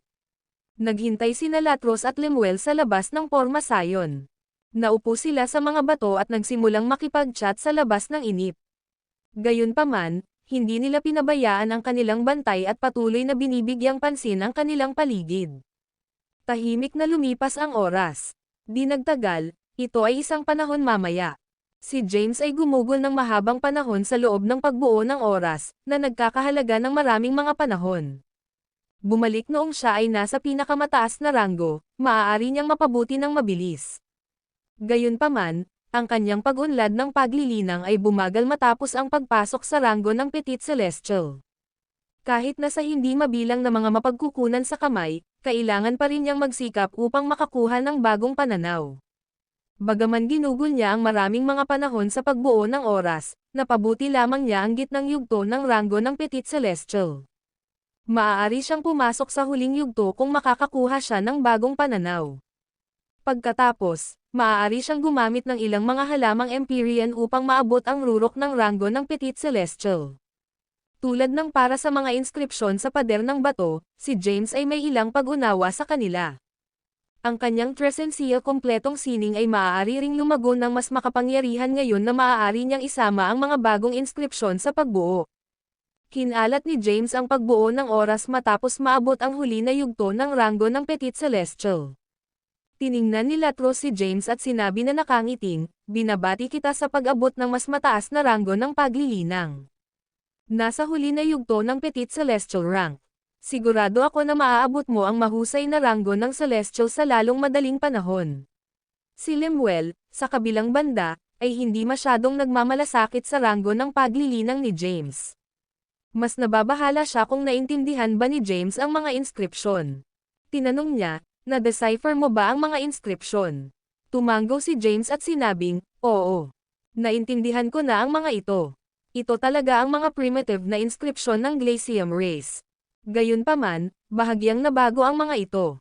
Kung walang paunang kaalaman sa kanilang mga primitive na inskripsyon, imposibleng mapansin. Kung gayon bakit ka pa nakatayo doon? Magmadali at masira ang pagbuo." Natuwa si Latros. "Kahit na naintindihan ko ang mga inskripsyon, kailangan ko ng malakas na puwersa upang maisaaktibo ang mga ito. Hindi ako sapat na malakas. Kakailanganin kitang dalawa upang kumilos." Ibinahagi ni James ang kanyang pag-unawa at itinuro sa kanila kung paano masira ang porma sayon. Hinimok ni Latros at Lemuel ang kanilang mga kapangyarihan, sinira ang pagbuo, at madaling binuksan ang pintuan ng bato. Ang video na ito ay edited by Urban Storytelling. Kabanata 5349. Naisip ng grupo na ang mahiwagang powerhouse ay muling lumitaw matapos mabuksan ang pintuan ng bato. Gayunpaman, mali sila. Ang taong pinaghihinalaang sila ay ang espiritu ng yelo ay hindi gumawa ng isa pang hitsura. Maingat na lumakad ang trio sa pintuan ng bato. Higit pa sa pintuan ay isang ordinaryong silid ng bato na may isang kristal na kabaong sa gitna. Naglakad sila at itinulak buksan ang takip. Isang magandang babae na may mahabang itim na buhok ay nakahiga sa kristal na kabaong. Isang puting damit ang kumapit sa kanyang macelan na katawan. Siya ay may kristal na malinaw na balat, at isang manipis na layer ng hamog na nagyelo ay sumaklaw sa kanyang katawan. Ito ay dapat na prinsesa ng Glacis, di ba? Naaalala ko na mayroon siyang isang espesyal na pangangatawan. Sa palagay ko ito ay tinatawag na isang malalim na katawan ng Glacium. Si Lemuel at Latros ay nakatitig sa babaeng nakahiga sa loob ng kabaong. Si James ay casual na kumalas sa kanyang kamay at tinawag ang ilang mga inskripsyon. Ang mga mahiwagang kapangyarihan ay lumitaw mula sa mga inskripsyon at nalubog sa katawan ng babae, unti-unting itinaas ang selyo na inilagay sa kanya. Ang grupo ay napanood ng mabuti habang ang selyo ay na-deactivate. Dahan-daang binuksan ng babae ang kanyang mga mata. Nagulat siya nang makita ang tatlong hindi pamilyar na mga lalaki at sumigaw, "Ah!" Lumabas siya sa kabaong ng kristal, pinalayo ang kanyang sarili, at tinitigan ang tatlong lalaki ng warong. Matapos madama ang kanilang mga ranggo ng paglilinang, lalo siyang kinakabahan. Kinuha ni James ang inisyatibo upang magsalita at matiyak sa kanya, "Huwag matakot. Dumating kami upang iligtas ka." Ipinikit ni Kia na ang kanyang mga mata, at ang mga alaala ng kanyang nakaraang buhay ay sumabog. Ang kanyang mga mata ay moistened, at ang luha ay gamulong sa kanyang mukha. Alam niya na ang mga Glacis ay napatay, at siya lamang ang naiwan. Gayunman, hindi binibigyang pansin ni Latros ang kanyang emosyon. Sinabi niya ng diretso, "Natagpuan ka namin batay sa mga pahiwatig na naiwan ng mga Glacis. Iniwan ng iyong ama ang mga pahiwatig at isang mensahe na sino mang nagligtas sa iyo ay gagantimpalaan ng tatlong mahusay na kayamanan ng mga Glacis. Gusto ko ng Ice Sword." Inagaw ni James ang kanyang pagkakataon at sinabing, "Gusto ko ang Iles." Tiningnan ni Kia na si Lemuel at tinanong, "Pagkatapos ay ipinapalagay ko na gusto mo ang espiritu ng yelo." Mahinahon na sagot ni Lemuel, "Hindi ako interesado, ngunit kung igiit mo, wala akong pagpipilian kundi ang kunin ito." Ang mga mata ni Kia na ay napuno ng luha, at isang malungkot na ngiti na nakangiti ang mukha niya. Sa kabila ng magkasalungat na emosyon sa kanyang mukha, mukhang tunay siyang nakagagalit. Tiningnan niya ang tatlong lalaki at tinanong, "Nabanggit din ba ng mensahe ng aking ama ang pagprotekta sa akin hanggang sa lumaki ako ng sapat?" Sumagot si Latros, sa palagay ko. Sinabi ni Kiana, ang aking ranggo ng paglilinang ay kulang ngayon. Kung babalik ako sa mata ng publiko, hahabol ako ng aking mga kaaway. Hindi ko kayo kailangan upang maprotektahan ako ng masyadong mahaba. Kailangan ko lang may escort ng ligtas sa Holy Land ng Glacium. Matapos ang paglilinang ng ilang oras, ibibigay ko ang 3 kayamanan. Biglang naisip ni Latros ang isang bagay at tinanong, sa pamamagitan ng paraan, ano ba talaga ang espiritu ng yelo ng Glacis? Halika, biglang nagbigay ng order si Kiana. Matigas na lumakad si Amon sa silid ng bato at huminto sa harap nila. Nang makita ng 3 lalaki ang lalaki, bumalik sila sa pagkabigla. Ito ang espiritu ng yelo ng Glacis, mahinahon na sinabi ni Kiana. Ang video na ito ay edited by Urban Storytelling. Kabanata 5350. Wala sa kanila ay nagulat na ang tao sa harap nila ay ang espiritu ng ice. Pagkatapos ng lahat, iminungkahi na ni Latros ang posibilidad bago. Lumingon si Latros kay Kiana at nagtanong, maraming mga alamat tungkol sa espiritu ng yelo ng mga Glacis. Maaari mo ba kaming maliwanagan tungkol dito? Nag-isip si Kiana. Pagkaraan ng ilang sandali, huminga siya ng malalim at sinabing, maraming mga kwento tungkol sa espiritu ng yelo. Karamihan sa kanila ay mga maling chismis, ngunit ang ilan ay totoo. Ang pagyuzisa ng 3 lalaki ay agad na napik. Tiningnan sila ni Kiana at sinabing, ang kanyang tunay na pangalan ay Cairo Burain. Siya ay isang sobrang henyo ng aming lahi. Lihim kaming nagsasanay sa kanya at hindi siya pinayagan na gumawa ng anumang mga pampublikong pagpapakita. Hindi niya kami pinabayaan at patuloy na nagpapabuti ng tuloy-tuloy. Pumasok siya sa banal na ranggo ng Celestial at sa huli ay nakarating sa ranggo ng Quasi-Bliss. Tumahimik siya sandali, pagkatapos ay sinabi, habang sinusubukan na pumasok sa ranggo ng Transcendental Bliss, isang bagay na hindi inaasahang nangyari. Isinama namin ang mahalagang kayamanan ng aming lahi, ang espiritu ng yelo, sa kanyang katawan. Nagawa naming mailigtas siya, ngunit tila wala siyang kamalayan sa kanyang sarili at naging tulad ng isang bangkay sa paglalakad. Ibinahagi ni Kiana ang nakaraang kaganapan ng mga Glacis. Agad na natanto ng grupo ang tao sa harap nila ay hindi tinawag na espiritu ng yelo. Ang kanyang pangalan ay Cairo Burain, at ang espiritu ng yelo ay nasa loob niya. Nagulat sila na naabot niya ang napakataas na ranggo ng paglilinang. Siya ay nasa ranggo ng Quasi-Bliss ngunit nakatagpo ng isang aksidente nang sinubukan niyang pumasok sa ranggo ng Transcendental Bliss. Kahit na siya ay nabigo, ang ranggo ng Quasi-Bliss ay isang kakilakilabot na nakamit kahit na sa madilim na mundo. Tiningnan ni Kiana ang 3 lalaki at sinabing, maaari kitang bigyan ng Iles at Ice Sword. Gayunpaman, hindi ko may hahatid ang espiritu ng yelo. Kung wala ito, si Cairo ay mamamatay agad. Sinabi ni James, gusto ko lang ang Iles. Mabilis na sumali si Latros, na nagsasabing, kukunin ko ang Ice Sword. Sumimangot si Lemuel at sinabing, lohikal na nagsasalita, maaari kang pumunta kahit saan sa madilim na mundo dahil mayroon kang pagprotekta sa iyo ng Cairo. Bakit igiit ang pagpunta sa Glacium Holy Land? Bago tumugon si Kiana, nag-ambala si Latros at ipinaliwanag, nawasak ang teritoryo ng mga Glacis. Gayunpaman, ang kanilang pangunahing rehiyon ay hindi bumaba. Sa kasamaang palad, ang 4 na sinaunang karera ay may mga powerhouse na nagbabantay sa lugar na iyon, kaya kailangan nating saligan. Ito ay isang napakahirap na gawain. Hindi sinabi ni James, wala akong dapat alalahanin dahil mahina ako. Bahala sa inyong dalawa na protektahan siya. Magiging maayos ba iyon sa inyong dalawa? Tiningnan ni Nakia na sina Latros at Lemuel. Nalaman niya na sila ay nasa Holy Celestial rank ng maaga at gitnang yugto. Kasama nila at Cairo, dapat na makapasok siya sa Holy Land ng Glacium. Sumagot si Latros, fine sa akin, hanggat nakukuha ko ang sword. Bagaman ako ang pinuno ng Theaten race, mababago ko ang aking hitsura at aura. Lumingon si Kiana kay Lemuel, naghihintay para sa kanyang tugon. Tumingin si Lemuel kay James at sinabing, tutulungan kita na makuha ang Iles. Gayunpaman, kailangan mong ibigay sa akin ang natitirang mga landas ng Genesis. Deal, sagot ni James nang may ngiti. Salamat, pasasalamat na sinabi ni Kiana. Tiningnan siya ni Latros at tinanong, ano ang halaga ng panganib na pumasok sa Glacium Holy Land?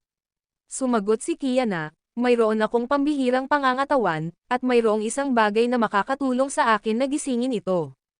Dapat akong pumunta doon upang magising at maunawaan ang aking pangangatawan. Hanggat maaari kong maisaaktibo ito, makakapasok ako sa banal na ranggo ng Celestial. Tumingin si James kay Kiana ng maingat. Ang mga Glacies ay nagkaroon ng kaguluhan sa 4 na sinaunang karera. Samantala, mayroon siyang ilang karne ng baka kasama ang Yefteris. Kaya, sinimulan ni James na pag-isipan kung sumali sa puwersa kay Kiana. Ang isang kaaway ng isang kaaway ay isang kaalyado. Mabilis na inalis ni James ang kanyang mga saloobin. Kahit na sumali siya sa puwersa, hindi pa ito ang tamang oras. Ang video na ito ay edited by Herban Storytelling. Kabanata 5351. Saksi ang ranggo ng paglilinang ni James ay mababa, hindi inakala ni Kiana na mahalaga siya. Kamay muna sa Glaciemon Sword. Pinahabal ni Latros ang kanyang kamay. Nag-atubili si Kiana ng ilang sandali bago itinaas ang kanyang kamay at tinawag ang isang mahabang taybak sa kanyang pagkakahawak. Ang taybak ay mukhang ang Glaciemon Sword, na may puting ambon na lumalabas mula sa katawan ng taybak. Kapag ang taybak ay nahayag, isang chilling sensation ang lumusot.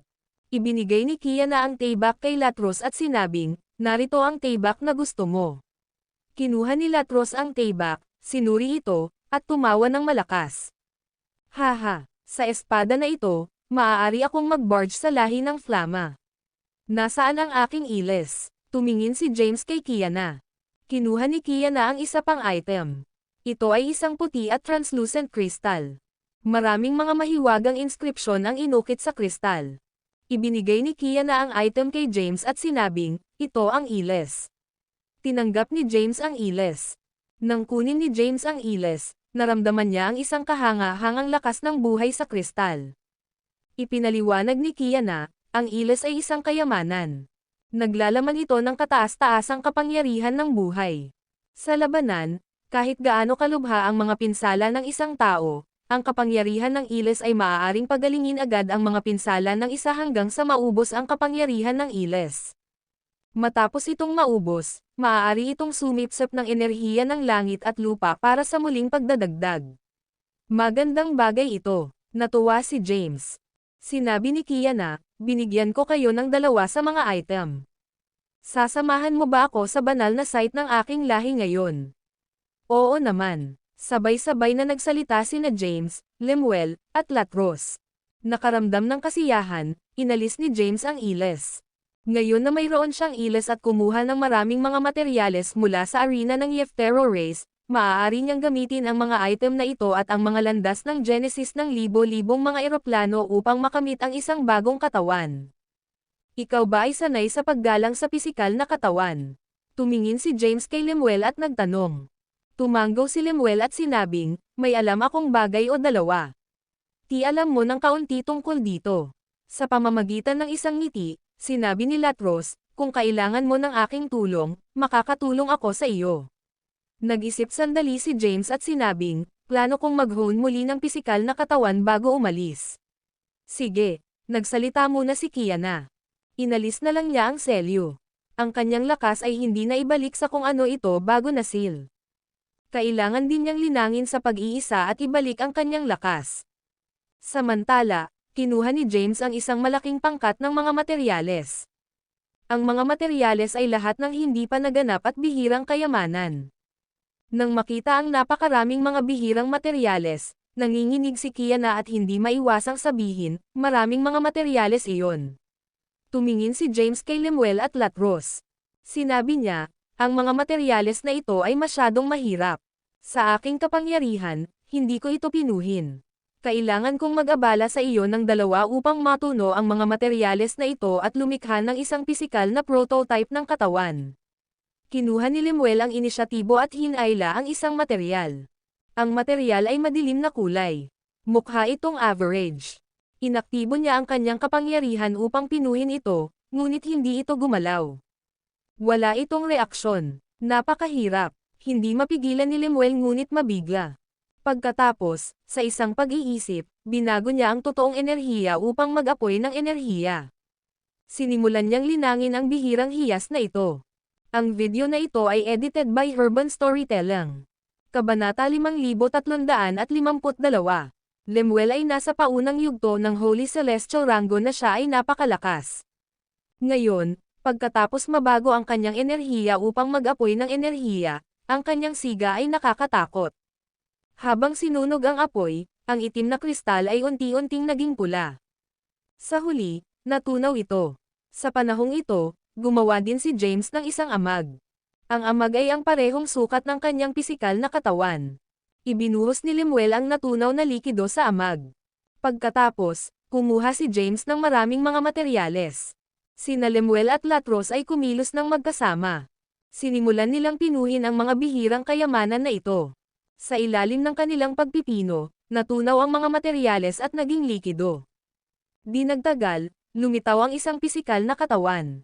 Ang pisikal na katawan ay mukhang eksaktong katulad ni James. Ang hitsura ng pisikal na katawan ay nangangahulugang ang unang hakbang ay nakumpleto.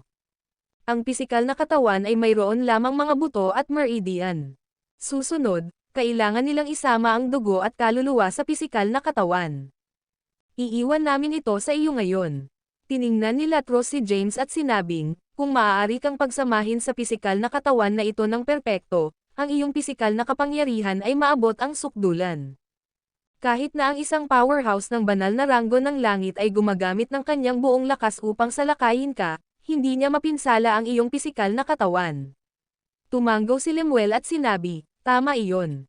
Ang lakas ng pagtatanggol ng isang pisikal na katawan na isinama sa napakaraming bihirang kayamanan ay nakakatakot. Gayunpaman, mahirap para sa isang kaluluwa na pagsamahin ang isang pisikal na katawan ng perpekto. Ang pagsasama ay isang bagay, ngunit upang gawin itong perpektong tumatagal ng oras. Alam iyon ni James. Ang kaluluwa ni James ay isa sa kanyang pisikal na katawan, kasama na ang kanyang mga paa at buto. Tumayo siya sa harap ng bagong pisikal na katawan. Pinatay niya ang kanyang pulso, at dumaloy ang dugo. Ang kanyang dugo ay tumulo sa bagong pisikal na katawan at pumasok sa mga ugat ng pisikal na katawan. Sinimulan niyang gamitin ang kanyang dugo upang maisaaktibo ang lakas ng buhay ng pisikal na katawan na ito. Di nagtagal, mayroong dugo sa bagong pisikal na katawan. Kinuha ni James ang isang bahagi ng kanyang kaluluwa at isinama ito sa bagong pisikal na katawan. Ang kanyang kasalukuyang pisikal na katawan ay hindi na natiling walang ginagawa. Sinimulan niyang buhayin ang genesis ng libo-libong mga eroplano. Ipinagpatuloy niya ang pagpaparangal sa bagong pisikal na katawan dahil ang kanyang kaluluwa ay isinama. Ang proseso ay komplikado. Ayaw niyang mangyari ang anumang mga aksidente. Sa ilalim ng paggalang ng mga landas ng genesis ng libo-libong mga eroplano, lumakas ang pisikal na katawan. Naglalaman ito ng genesis ng libo-libong mga eroplano. Sa kabilang banda, kinuha ni James ang kanyang kaluluwa na patuloy at isinama ito sa bagong pisikal na katawan. Dinala niya ang lahat ng ito sa pagbuo ng oras. Sa isang sulyap ng isang mata, maraming mga panahon ang lumipas sa labas ng mundo. Samantala, ang hindi mabilang na mga panahon ay lumipas sa oras ng pagbuo ni James. Sa hindi mabilang na mga panahon, isinasama ni James ang kanyang kaluluwa sa bagong pisikal na katawan. Kinuha niya ang kanyang kaluluwa at isinama ito sa bagong pisikal na katawan ng kaunti. Dahil ito ay isang pino na pisikal na katawan, mahirap pagsamahin ang mga ito. Sa bawat oras na isinama ni James ang kanyang kaluluwa sa pisikal na katawan, ang kanyang kaluluwa ay nasa matinding sakit. Patuloy siyang naghihirap mula sa hindi mabata na sakit. Ang pananakit ay hindi isang bagay na maaaring hawakan ng isang ordinaryong magsasaka. Matapos ang hindi mabilang na mga panahon, sa wakas ay isinama ni James ang huling bit ng kanyang kaluluwa sa bagong pisikal na katawan.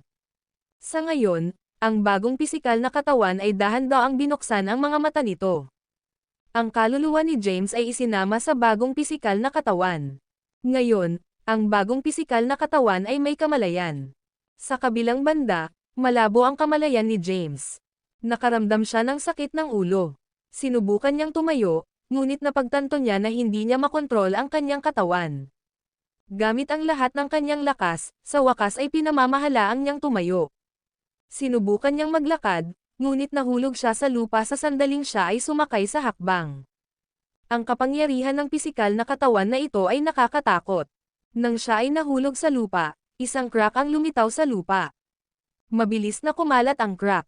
Ang video na ito ay edited by Urban Storytelling. Kabanata 5353.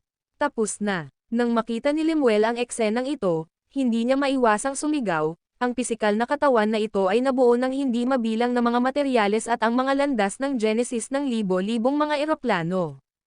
Ito ay isang walang talo na pisikal na katawan. Tinitigan ni Latros si James at sinabing, kahit na ang iyong kaluluwa ay isinama sa pisikal na katawan, hindi ito ganap na nilagyan ng pisikal na katawan.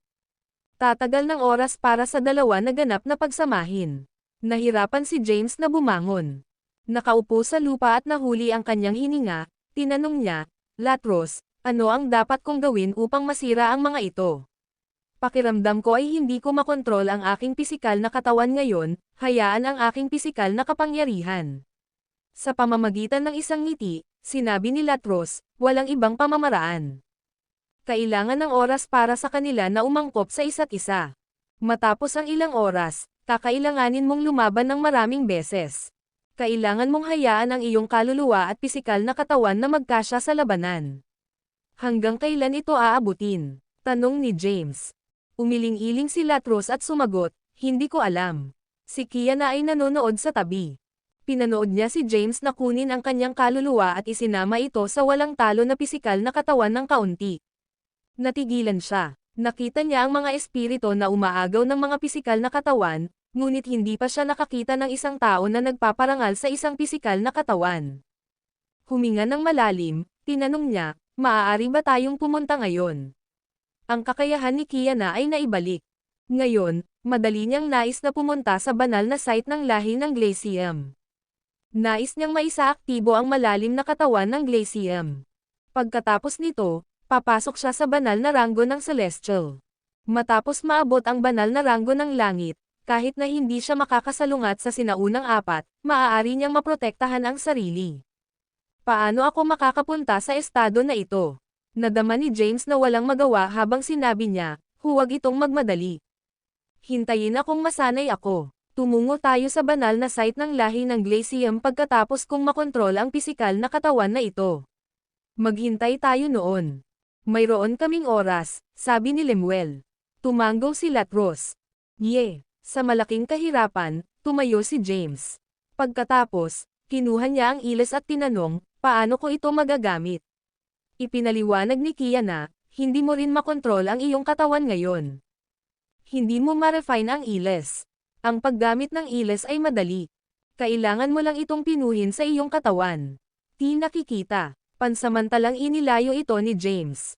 Pagkatapos, sumulong siya sa lugar na may kahirapan. Bawat hakbang na ginawa niya ay matigas. Kahit na ang bilis kung saan itinaas niya ang kanyang kamay ay mabagal. Para bang ang katawan na ito ay hindi sa kanya. Sinubukan niyang gamitin ang lahat ng kanyang kapangyarihan upang makontrol ang katawan, ngunit mahirap pa rin ito. Nais niyang gumawa ng isang hakbang pasulong, ngunit pagkatapos na may padala ng kanyang utak ang order, ang kanyang mga binti ay magiging reaksyon lamang pagkatapos ng ilang segundo. Bukod doon, mabagal ang bilis ng reaksyon niya. Siya ay tulad ng isang dummy. Pinanood siya ni Latros mula sa gilid at sinabing, patuloy na. Kailangan mong maging mas aktibo upang masanay sa iyong katawan. Dahan-dahan, magagawa mong kontrolin ang katawan. Sa lalong madaling panahon, ikaw ay magiging tulad ng isang normal na tao. Gayunpaman, mahirap para sa iyo na gumamit ng pisikal na kapangyarihan. Hindi nasaran ng loob si James. Dahan-dahan niyang isinagawa ang pagkontrol sa kanyang katawan. Araw ay lumipad. Nang magsimula muna si James, mabagal ang kanyang paggalaw. Ngayon, siya ay maliksi. Maaari na niyang kontrolin ang kanyang katawan. Ito ay lamang na hindi niya magagamit ang kanyang pisikal na kapangyarihan. Kahit na hindi niya magagamit ang kapangyarihan na nilalaman sa kanyang pisikal na katawan, ang pagtatanggol ng kanyang pisikal na katawan ay nakakatakot pa rin. Bukod, mayroon pa rin siyang kapangyarihan ng kanyang ranggo ng paglilinang. Nasa huling yugto pa rin siya ng ranggo ng Petit Celestial. Swoosh! Ang katawan ni James ay bumaba mula sa langit at lumapag sa lupa. Rumble. Kapag pareho ng kanyang mga binti ang humipo sa lupa, agad na pumutok ang lupa. Tumawa si James at sinabi, maaari kong kontrolin ang aking katawan ng madali, ngunit hindi ko pa rin makontrol ang aking pisikal na kapangyarihan. Kaya, ang kapangyarihan ng pagkawasak ay medyo malakas. Maaari kaming magtakda ngayon. Panipi. Ang video na ito ay edited by Urban Storytelling. Kabanata 5354. Pagkatapos ng pagsasanay sa loob ng ilang oras, sa wakas ay makontrol ni James ang kanyang katawan ng perpekto. Hindi lamang niya makontrol ang kanyang katawan, ngunit maaari rin siyang gumawa ng maraming mahirap na pagkilos. Ang tanging kapintasan ay hindi niya magagamit ang nakatagong kapangyarihan ng pisikal na katawan na ito. Kapag maaari niyang gamitin ang kapangyarihan ng pisikal na katawan na ito, na may pisikal na katawan na ito, maaari siyang sumalungat sa isang powerhouse sa banal na ranggo ng langit. Upang magamit ng buo ang pisikal na kapangyarihan, kailangan niyang gawin itong mabagal. Tulad ng paglilinang, nangangailangan ito ng oras. Hindi masama, tiningnan ni Latros si James at pinuri, napakalakas ng iyong pisikal na katawan. Kahit na hindi mo magagamit ang kapangyarihan ng pisikal na katawan na ito, ang pasibo na pagtatanggol ng iyong pisikal na katawan ay nakakatakot. Kahit na ang isang powerhouse sa banal na ranggo ng Celestial ay umaatake sa iyo, hindi niya mapinsala ang iyong pisikal na katawan. Gamit ang iles, ang iyong pisikal na katawan ay hindi mapigilan. Nainggit si Latros kay James. Gayunpaman, malamang na si James lamang ang makakapaglinang ng gayong pamamaraan ng paglilinang. Walang buhay na maaaring mapunit ang kanilang kaluluwa ng hiwalay at kunin ito ng kaunti bago isama ito sa isang bagong pisikal na katawan. Sa lalong madaling panahon, magagawa mong labanan laban sa lahi ng Yeftero, sabi ni Lemuel. Samantala, sumimangot si Kiana at tinanong, mayroon ka bang mga sama ng loob laban sa lahi ng Yeftero? Tumanggaw si James at sinabi kay Kiana ang kwento ng nangyari. Ang asawa mo ay ang prinsesa ng lahi ng Mevrai. Sumimangot si Kiana. Ang sinaunang apat ay may hindi maiiwasang mga sama ng loob laban sa lahi ng Glacium, ngunit nagbahagi si James ng isang koneksyon sa lahi ng Mevrai. Sa teoryang, si James ay kaaway ni Kiana. Tila nahulaan ni James ang mga saloobin ni Kiana. Sa pamamagitan ng isang ngiti, sinabi niya, ayokong mag-abala tungkol sa mga sama ng loob sa pagitan mo at ng lahi ng Mevrai. Gayunpaman, kung nais mong ibagsak ang lahi ng Yeftero, gagawin ko ang aking makakaya upang matulungan ka. Nang marinig iyon, wala nang sinabi si Kiana. Hayaan. Binago ni Kiana ang paksa at umalis sa lugar. Nanguna si Kiana, at sumunod si Cairo sa likuran niya. Bagaman walang malay si Cairo, sinunod niya ang mga salita ni Kiana. Maaaring kontrolin siya ni Kiana. Sumunod sina James, Lemuel, at Latros. Iniwan nila ang lugar na ito ng madali at pumasok sa madilim na mundo. Pagkatapos, sumugod sila sa banal na site ng lahi ng Glacium. Noong nakaraan, ang lahi ng Glacium ay isa sa mga magagandang karera. Ang mga ito ay bahagi ng mga nangungunang karera ng madilim na mundo. Kahit na wala sila sa sinaunang apat, ang kanilang mga kakayahan ay naaayon sa sinaunang apat. Ang lahi ng Glacium ay bihirang naglakbay sa labas ng mundo, ngunit maimpluwensyahan sila. Kahit na ang sinaunang apat ay natatakot sa kanila. Kaya, ang sinaunang apat ay nagtulungan upang paksain ang lahi ng Glacium. Ang teritoryo ng lahi ng Glacium ay gumuho at naging maraming mga maliliit na puwang. Gayunpaman, ang kanilang pangunahing puwang ay hindi bumagsak. Ang banal na site ng lahi ng Glacium ay nasa pangunahing puwang. Matapos ang paglilipat sa madilim na mundo sa loob ng ilang oras, nakarating sila sa pagkawasak ng lahi ng Glacium. Walang isang kaluluwa na naninirahan sa lahi ng Glacium. Ang puwang ng lahi ng Glacium ay simpleng pagkawasak. Sa labas ng pagkawasak, ang mga alagad ng sinaunang apat ay nakatayo na bantay, na pumipigil sa mga nabubuhay na nilalang na pumasok. Ang Kiana, James, at ang iba pa ay lumitaw sa labas ng pagkawasak ng lahi ng Glacium. Ang buong pagkawasak ay napuspos ng isang pormasayon. Sa labas ng pormasayon ay maraming mga nakabaluti na gwardya na may mga armas. Si James at ang natitira ay nagtago sa kadiliman, hindi ipinapakita ang kanilang sarili. Basahin ang makapangyarihang Dragon General. Ang video na ito ay edited by Urban Storytelling. Kabanata 5355. Latros ay bamulong, narinig ko ang tungkol sa mga gawain ng lahi ng Glacium. Matapos mapawi ang lahi ng Glacium, ang sinaunang apat na nagpadala ng mga piling alagad upang bantayan ang lugar na ito. Ang buhay na namamahala sa lugar na ito ay isang nakatatanda mula sa lahi ng Yeftero na nagkamali. Ang kanyang lakas ay nasa paunang yugto ng Holy Celestial Rank. Nagtataka ako kung lumakas siya mula ng maraming taon na ang lumipas. Tumingin si Lemuel at sinabing, may porma sayon dito. Kahit na walang mga hadlang, mahirap ay crack ang pagbuo. Bukod, ang mga powerhouse ay nagbabantay sa lugar na ito. Tumingin si James kay Kiana at tinanong, ano ang plano mong gawin sa susunod? Si Kiana ay nahulog sa malalim na pag-iisip.